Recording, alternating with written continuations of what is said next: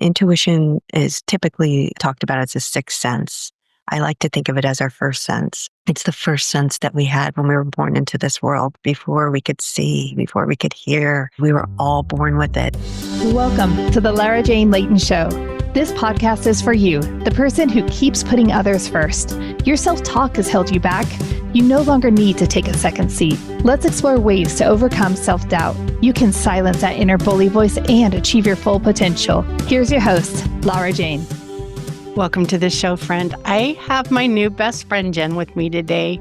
And this is going to be fun because I know we've talked about intuition before.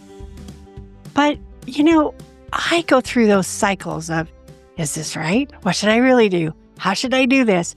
That second guessing myself over and over. And when you're in that cycle, how do I get out of it and let my intuition? It's easy when intuition comes, and it's before you start get second guessing. But when you're in that mental war, how do you let go and let the intuition take over? So Jenn's going to talk to us about this because I need it. But before we get started, we're going to take a quick break, get a word from our sponsor. When we come back, we will jump right in. So I'll be right back. Hey, since I rarely have openings in my coaching schedule, I have a new resource out there on my website. It is called the BFF Coaching Network. And I have offered a spot there for any coach that has been on the show to list their coaching. You can go out there, you can listen to their episodes, you can feel a little bit about them, and then choose a coach that will work for you. So LaraJaneLayton.com, the BFF Coaching Network. All right, Jenn, get me out of that overthinking cycle. I am really good at that one. Well, hi, friend. It's so good to be here. And yeah, you know what? That's kind of part of life. It's the realizing, it's the forgetting, it's the realizing again. And our intuition is something that is a friend to us that we can rely on at all times. And when we remember that they're just a phone call away and that all we need to do is put our awareness towards that friend, it is available. It is one of our best friends. And so we know that we can rely on it in a way that, maybe other things in our life, we feel we need to control. Well, since it's just a phone call away, how do I program that number? Like sometimes when I'm in that overthinking, I don't even know where to look for it. Yeah. It's, just as like every day we brush our teeth or we wash our face, that's the goal for remembering our intuition. And we do that through practice. We do that through pattern. We do that through ritual. And if you can remember back when you first started brushing your teeth, you needed someone to say, okay, it's time to brush your teeth. I'll help you with that. I'm going to brush them with you. It wasn't something that was automatic. And so with the same thing with intuition, if we can just think of it as just that small ritual every day that now we just do, it becomes a muscle that needs to be worked out every day and wants to be worked out, every single day, and doesn't become oily. And so through various rituals, I know we were just talking with your essential oils and rubbing your hands together. That is a beautiful way to say, I am ready to receive. I am ready to receive. And intuition is not something that it's not our job to hunt it down. It's really our responsibility to put ourselves in a place to receive it. And so exactly what you just did with rubbing your hands with that essential oil, how beautiful. And it signals, okay, I'm ready to receive. Yes. But at the same time, I know that I forget. I'll get in that cycle of worry, dread, trying to figure out how to fix the future when it hasn't even started. Yeah. And, when you talk about that muscle, that thing, it's like you don't just go to the gym once and you all of a sudden lift 100 pounds. You go over and over and over again. And when you stop, you no longer can lift that maximum weight that you were doing. And that's the same with our brain. It's That's why some of us meditate every day. It's like going to the gym for your brain. So, what do we do during those times? I mean, I know for me, it's taught me how to quickly come back into where I want to be instead of in my head. I assume it's my heart, but who knows? So what are the things that you do to get yourself in that intuition, or do you just naturally do it all day long? Oh, no, I don't naturally do it all day long. I too have those moments. And, once let's also take the example of nourishing your body. Once, like, let's say that, that you've decided to cut out maybe too much sugar in your body. When you put that back in, you notice that your body feels a little different. And it's the same thing with meditation, with intuition. Once your brain has started to say, I'm going to go to the left hemisphere of my brain, and I promise I won't get too neuroscientific, but once I go to the left side of my brain, which houses critical thinking, it's very linear, it's organized, it's cautious, it's fear based. It's always kind of scanning to say, what's going to hurt me? What should I worry about? What should I be prepared for? And again, the left side of our brain, we've got for many, many reasons. It houses our ego, which again gives us personality. But when to overbalance, it starts to create anxiety and fear. And our intuition, it lives in the right hemisphere of our brain. And our intuition can only be accessed in the present moment. So anytime that you find you're ruminating on something, anytime that you find that you're worrying about something, you're in the past or the future, and you can quickly say, oh, I'm out of my intuition because that's not even happening right now. I am completely projecting and allowing my energy to take over where I am right now. And so when you can say, gosh, I'm feeling anxious, I'm feeling irritable, we know those feelings. And so all you have to do is say, I hear what is happening right now, and I choose to be in this present moment. And so I'm just going to quickly give gratitude to three things that I see in front of me. And I'm going to name those three things. I see a candle lit in front of me. I see a green tree. I see a red rose. Boom. That's it. That's it.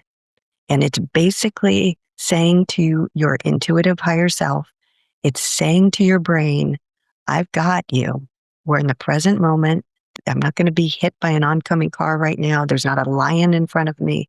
This is my brain trying to keep me safe in an old patterned way. That's a lot for our brains to do. Like, wow. And I think of it a lot. You talked about brushing your teeth, and it's not a one and done thing. You don't brush your teeth once and then all of a sudden you're just great for the rest of your life. And it's the same with meditation. It's a practice. It's something that we do regularly. I often can't even think of the word, but that it's like that window. If you want to see clear, you wash the window. But the window gets dirty with regular life. And to really feel that clarity and that clearness, we're constantly having to wash our own belief window. And what is it that we want to see? And so I see that as a major piece of input into tuition. When I give it that clear view, when I take the time to remove the obstacles, I can see clearer with my intuition. But I do forget. It's like, oh, why is this not working? And then I turn to the modalities, the muscle testing or the pendulum or the something else because I'm now second guessing my own intuition. And I know for me, some of those modalities were the thing that started to teach me to trust my intuition without them. Like, I know this is what I'm supposed to do. I'm going to double check it. Well, guess what? Eventually, you don't have to double check. But, I don't know, do you use some of those other modalities also to Mhm. Absolutely.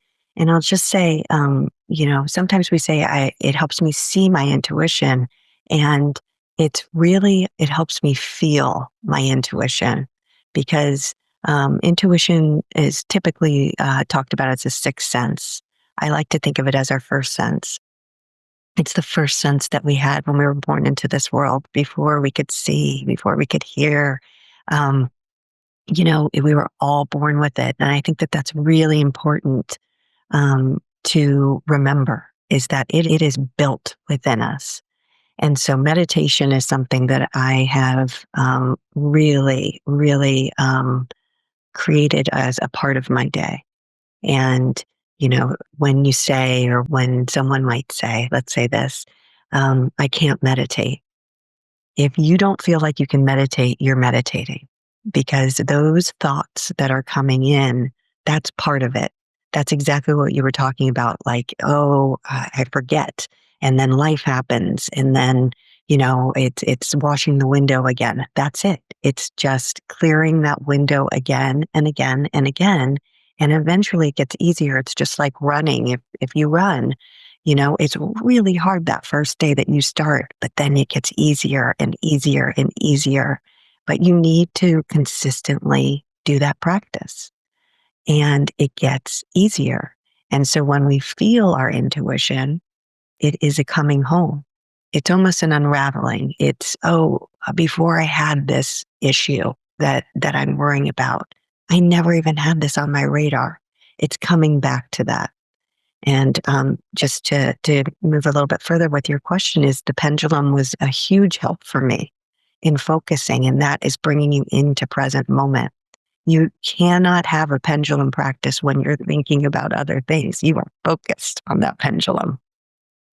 That's so true. And that could be the whole trick, is getting yourself out of the multiple things that go through our mind all the time, and just allowing yourself to let the process in.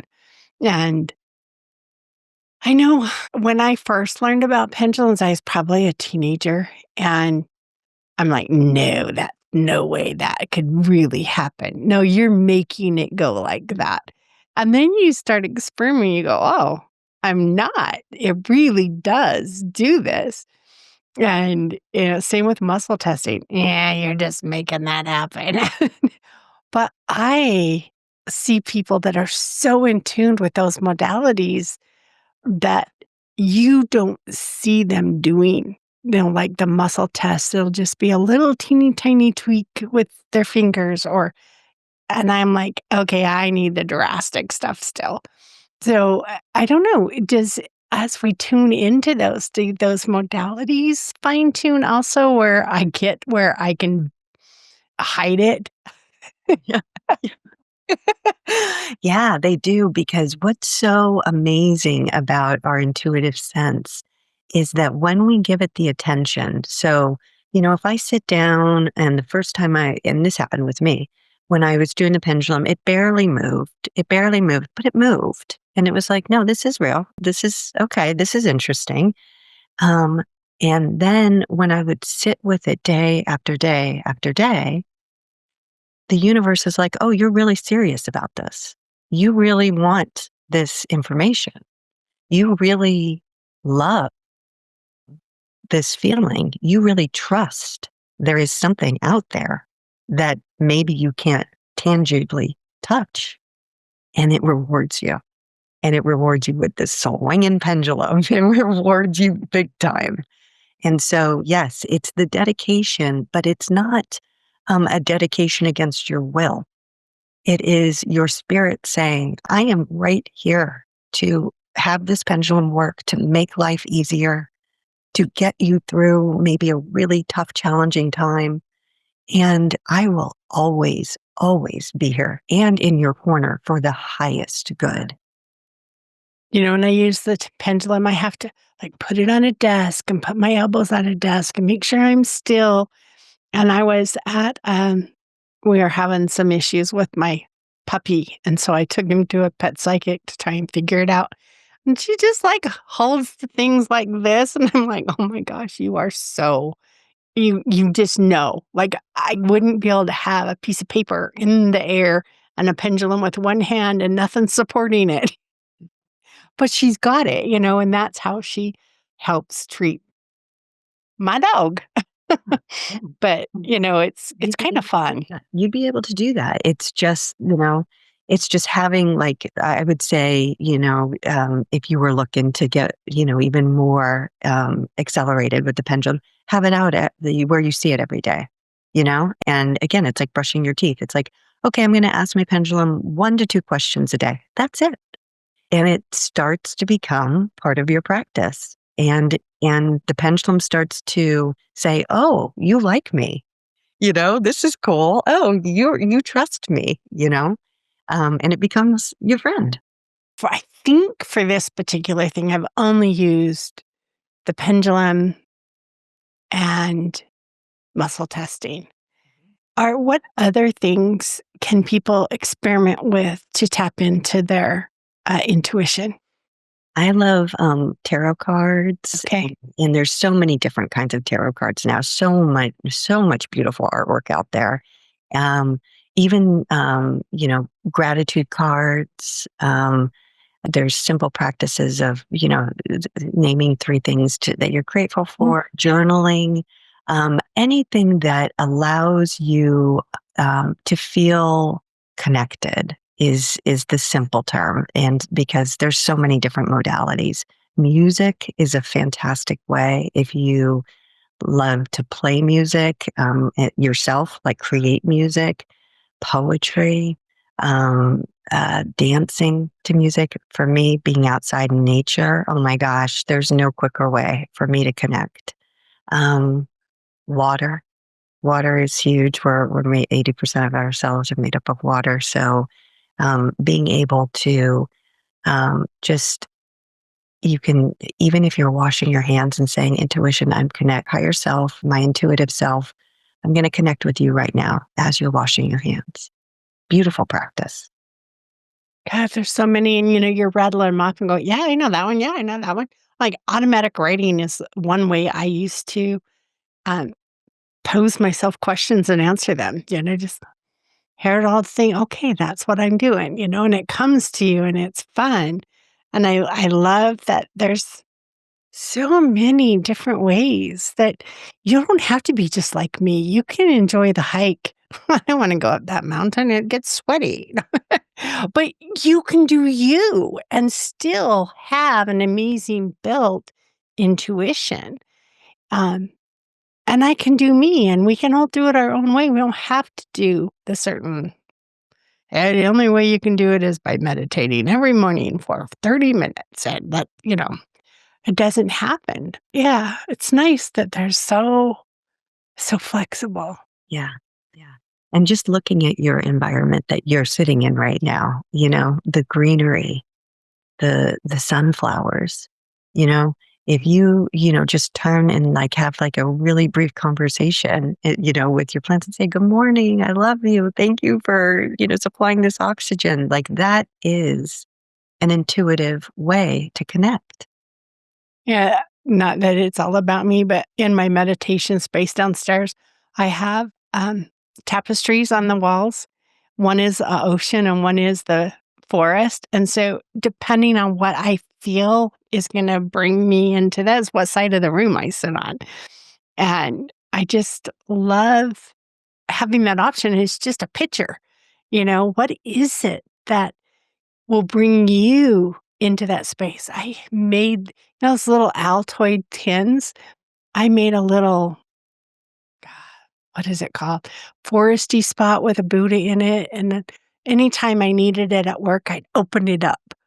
This is my focus point. Get rid of all the chatter that's going on around me. So it could be as easy as little silly world. And I am not calling them silly because I have many worry stones. They're what brings you from your head out where you're letting go of controlling the thoughts. Yeah. Yes. And I love that you said that because it gets you out of your head where people out there have called this stuff silly and they mean it.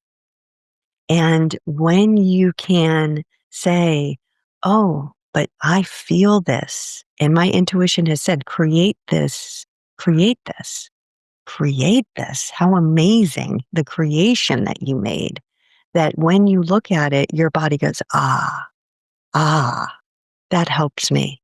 That reminds me. That brings me back. I know this tool. I know that this is available for me. And how beautiful is that? But again, when we get in our mind and when we get into what others think that we should do, is where we are disconnected from our intuitive self.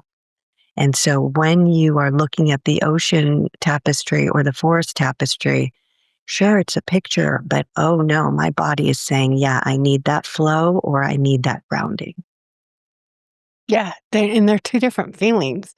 And I would think my personality would face the greenery more often Mhm. that faces the water. It's like it just draws me because maybe I'm in a space where I don't have a lot, So what is it? What is it for you? It's like tune into you. And the cool thing is tapestries are cheap if you want one. They're like, yeah, I don't have to buy $100 painting, but you can if you want. But you can experiment. It's not expensive. The tin that I made was at one of my retreats that I hosted, and everybody made one. And so they all got to walk home with one. And, it's just kind of fun to find that thing. What is that thing? A heart shaped crystal on your desk to remind you to stay in your heart. What is it? Yeah. And there's so many ideas. And what you can do today is when you're outside, before you step outside or before you get in your car or before you go anywhere, you can say, intuitive self, guide me, guide my head, guide my heart, guide my mind, guide my eyes, guide my nose, guide my ears to what you want to show me for grounding, for connecting with you, is actually what I should say. And they might guide your eye to a feather in the road, to a shell on the beach, to a rock. And that's going to be exactly what you're talking about. It's that feeling. It's that feeling that, oh, I was just guided to that flower. Okay, I'm going to maybe forage that and I'm going to take it and I'm going to sit with that for maybe 2 minutes in my day. Maybe I'll put it next to where I brush my teeth and it's going to be a reminder to connect with my intuition. But it is as easy as that. I have friends that everywhere they go, crows show up, or everywhere they go, they see feathers on the ground that birds have left them. Or, when you're looking for something, it's there. So if you're looking for that thing that's going to help your intuition, open your mind, let the universe guide you to it. Like, what is it that would help me get back into intuition mode the fastest? And go for it. I love my oracle cards. They're fun, but they're not something I pull out every day. Where my essential oils are something I can put in my hands and I can ground myself. They have studies that say that people pick a scent. It doesn't matter which one it is. But they did it with peppermint when they were doing the study, is the kids smelt the peppermint during their studies. And then again during the test taking. And that grounding those two things together was help them do better on their testing scores. And you go, wow, is it that simple? Yeah, it's that simple.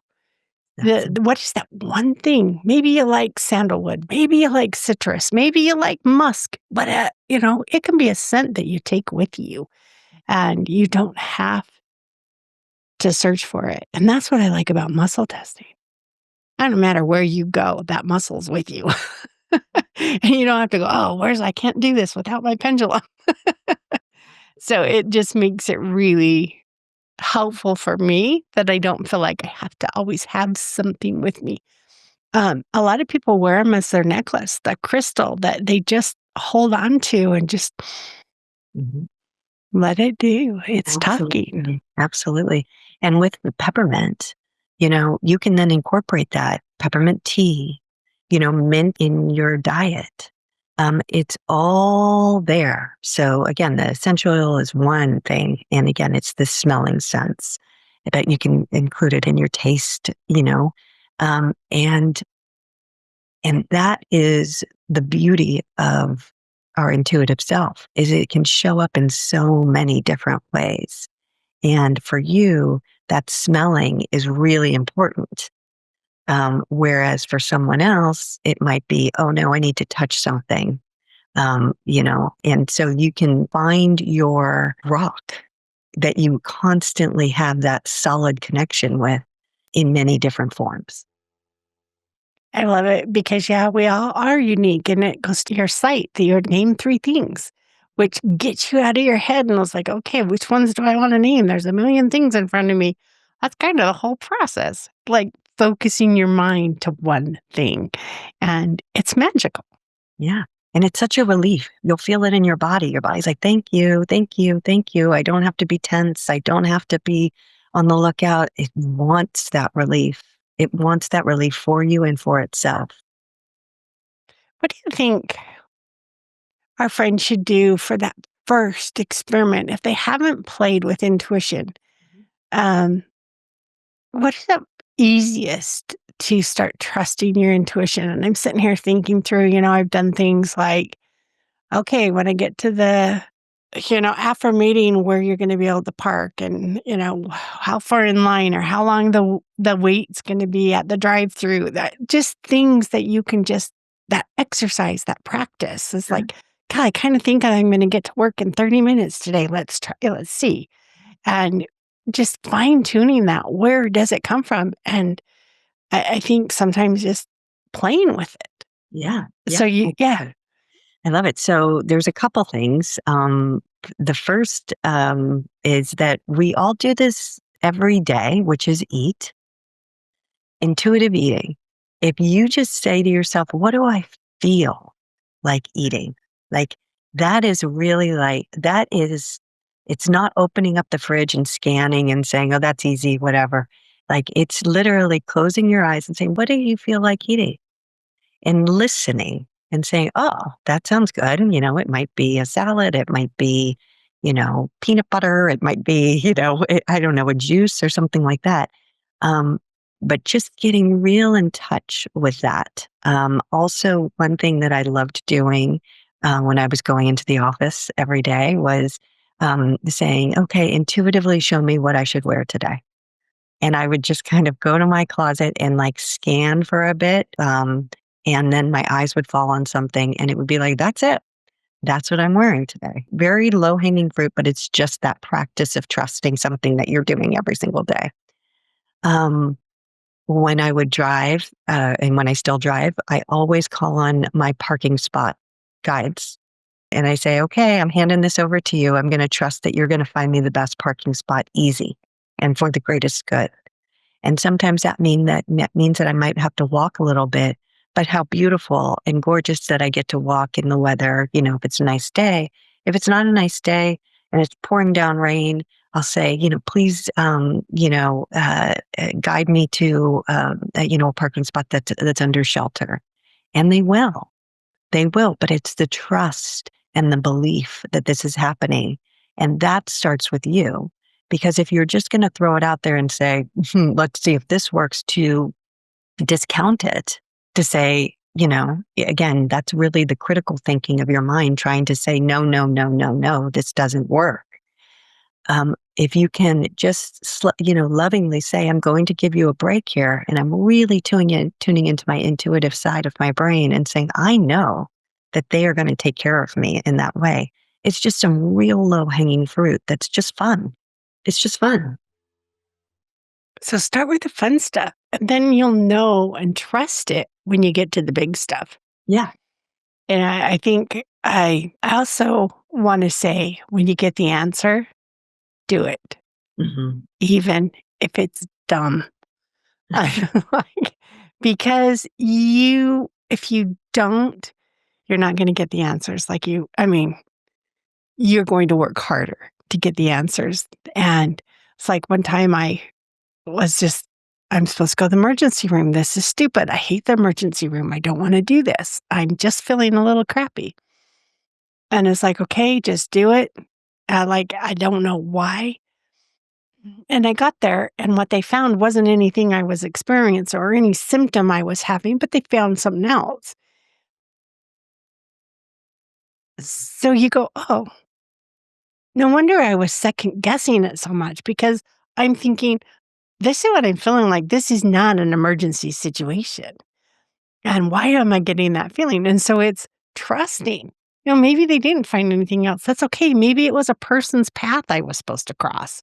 It's not always yes, no, because you're going to be better. It could be somebody else needed just to experience your energy walking by. Beautiful. Yes. Such an important, note that you just said. Absolutely. Absolutely. It's those synchronicities when we find, that we trust our intuition enough to act upon it. And again, it's releasing expectation of what is supposed to be happening. Because again, that is really that other side of the brain that's saying, I know better than the universe. I know better. And I love that story. And I love how you just explained it because there is no doubt. There is no doubt that trip to the emergency room was supposed to happen. Yes, and that's where it gets exciting that this intuition thing's real. It's not just, oh, I think my kid might be having some struggles. It's, oh, let me check on him. It's what is that next step? Intuition's just an idea. It's up to us to take that next step and to let it process and move through. How do you take that next step? With my intuition. Mhm. Yeah. How do I take that next step? Um, so I'll say when I was first, I'll give an example because there's two different ways that I experienced it. And when I was first really leaning into it, um, consciously, I'll say that because it's been with me subconsciously and I've just kind of always followed it. But I was leaving a job, and I was ready for this next step. And it took a good 2 to 3 years, knowing that I was ready to leave before I left.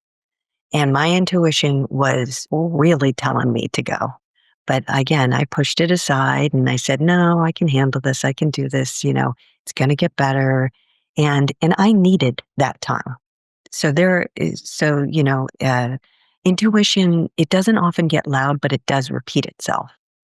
And so it repeated itself, but I needed those 2 to 3 years in order to prepare for what was going to happen after I left that job.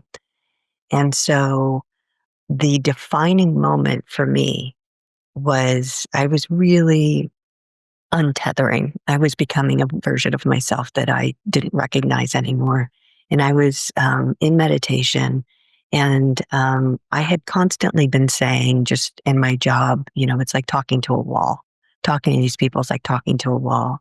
And in meditation, one day I saw this vision of myself looking me straight in the eyes. And they said to me, it's like talking to a wall.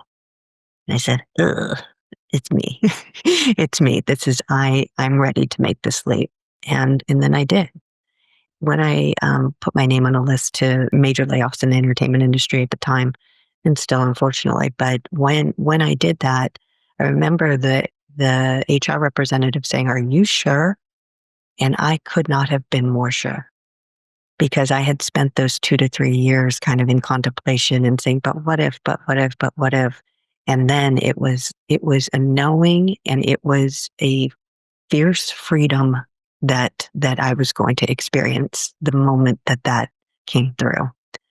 And so those are just kind of two examples of, oh, it's a little nudge. It's a little nudge. It doesn't mean that you have to act on it right away, but that awareness.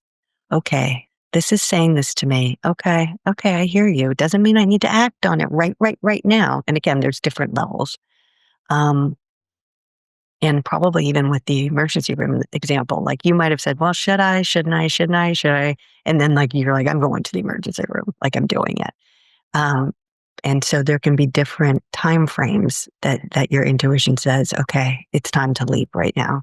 Now, since I've been out of that job and I was living in Manhattan at the time, New York, and I live in California now in a much more soothing environment, not as much energy happening. When my intuition tells me something, I can feel it in my body immediately, and there's no question. I'm acting on it because it's like that tuning fork. It's like that muscle. It's like that pendulum for me where it's just like, why would I mess around with this? I mean, I've got just such clear information, and it is even more reliable to me than my ears, than my eyes. And as I get older, I understand why, as my eyes start to get weaker and weaker. But, it's the sense that is, I can feel throughout my entire body. And it starts with my heart. Yeah, the heart is a super special muscle. It's funny how much you can feel in there. You know, sorrow, love. It's not like our brains that sit and put words to it. It's a feeling and it's so powerful Oh, when you listen to it. You just go, okay, that's right. And I loved the information about timing. It's like just because you feel it, it may just be preparing you for next week, next year, next something. So act when you feel it's time to act and let yourself get used to it. It's kind of a, ever got in a cold pool and some people just jump right in and other people like, this is so cold. And you tap a step and you get to your knees and you get to your hips and you're just like, ah, it's okay to get used to the thought and then embrace it. And I loved that timing thing. It's like, yeah, I'm just not quite ready to just jump right in. yeah, yeah. But okay, I see you. I see you, pool. I see you over there. Yeah, yeah, it is. Our intuition, it has no reason to keep us protected, and it's not here for smallness. It's here for greatness. And so when you feel ready and when you feel, um, you know, that your intuition is going to hold you when you jump, that is the right time. Well, I love the word the greatness. It is a greatness, and you have it already. There's not a soul in this world that doesn't already have what they need to rely on that intuition. But it's that mental shift of, I don't have to put it on a spreadsheet to make sure it works. I don't have to get to the bottom numbers to make sure everything clicks. It's like, you can run all your prospectus, you can run all your sheets, you can do all this stuff, and the numbers could still look great and it could still be the wrong investment for you. It's not the numbers.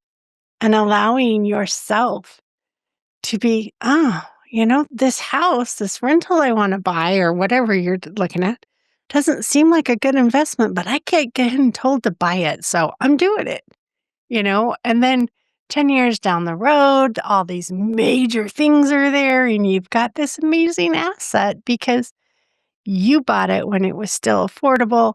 And now the population has come to you. And that's just a little thing that's money wise, but it's what is yours. It could be the job switch. It could be, I want to start doing that side hustle, but I don't have time. How do we shift into these things that the universe is saying, you are perfect as you are, but you might have more fun doing this. Yeah, absolutely. Absolutely. It's so fun. The trust part for me, I still second guess. I still go, oh, was that my intuition or am I just overthinking this again? And so that's why this clue. And I'm definitely going to go find that tin. I think I know right where it's at and put it on my desk again. Because what is it that you can do that can instantly ground you to something? And, so many of us work from home now. Is it just to step out in the backyard for a moment? Is it just to walk away, go wash your hands? I loved that because sometimes I've done a meditation through washing my hands when I've gone in. It's like, going to let this water wash the stress, and I just imagine the stress going out my body and down the drain. And those are things that are so easy to do. Yeah. that you just take advantage of those moments and become more present. I know that sounds like such a stupid word, it's such a buzzword, but it is being now, knowing that I'm alive, I am safe, and I'm okay right now. Right now. This is it.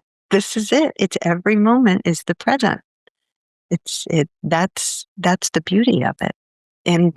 And simple things can be hard, and it is a very simple thing, but it's only as hard as we make it because I mean, Yeah. When we fight it, it takes a lot longer.